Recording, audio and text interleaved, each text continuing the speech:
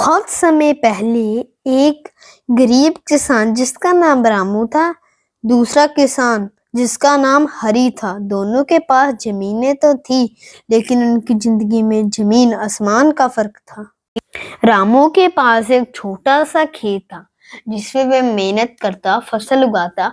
उसके पास ज्यादा बैल और जुगाड़ नहीं थे, इसीलिए वह अपने पुराने हल से खेत जोतता था। वह सुबह जल्दी उठता, खेत में काम करता और फिर अपने परिवार के साथ थोड़ा बहुता खाकर सो जाता।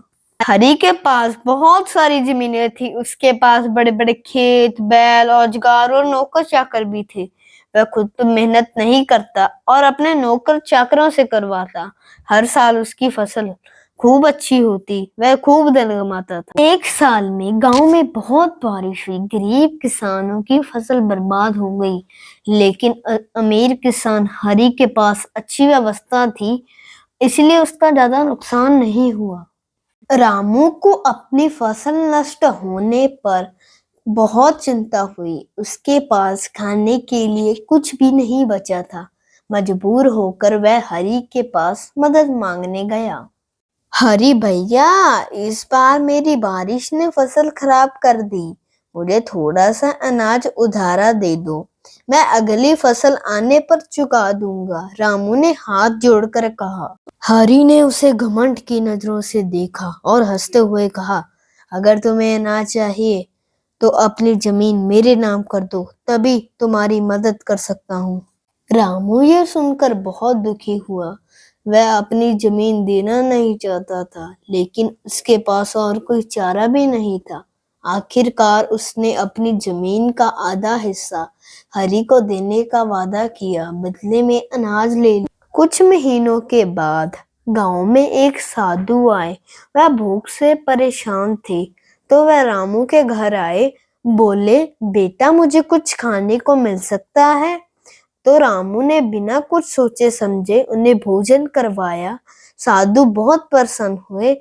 बोले, बेटा तुम्हारी मेहनत और दयालुता देख के मैं तुम्हें एक वरदान देता हूँ।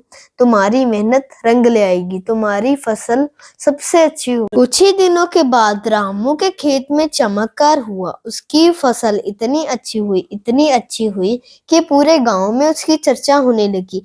जिससे उसने अपना कर्जा भी लिया था वो सब चुका दिया और अपनी जमीन भी वापस ले ली। रामू की सफलता देखकर हरी हैरान हो गया। वह सोचने लगा कि आखिर रामू की फसल इतनी अच्छी कैसे हो सकती है। उसने जलन और गुस्से में अपने खेतों में ज्यादा उत्वरण डाल दिया, जिससे उसकी मिट्टी खराब हो गई और अगली फसल पूरी तरह नष्ट हो गई।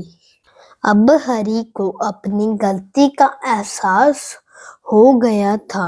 वह रामू के पास गया और कहा, मुझे माफ कर दो रामू, मैं हमेशा लालच करता था, लेकिन तुमने अपनी मेहनत और ईमानदारी से सफलता पाई है।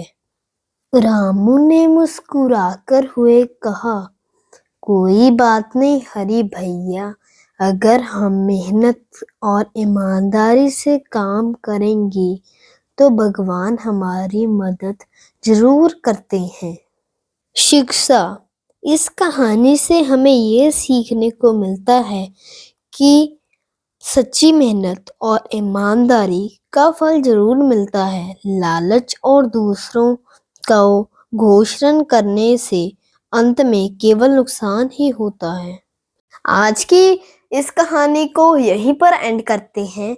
मिलते हैं एक और नई बढ़िया कहानी में। और आपको ये कहानी कैसी लगी आप प्लीज कमेंट करें, वीडियो को लाइक करें, चैनल को सब्सक्राइब करें।